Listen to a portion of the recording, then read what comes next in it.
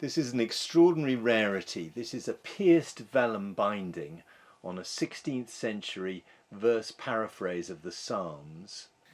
The book itself is a metrical version of the Psalms by Moritz, Landgrave of Hesse, and it's printed in Schmalkalden in 1590.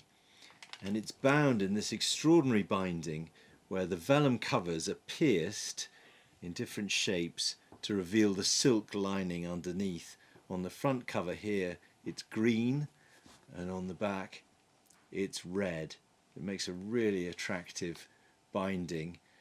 There's only a handful of these bindings known, and all but one of them I think is on this book, so it's a bespoke binding for the book. The book itself is finished with these goffered edges here. Very attractive book, a really special piece.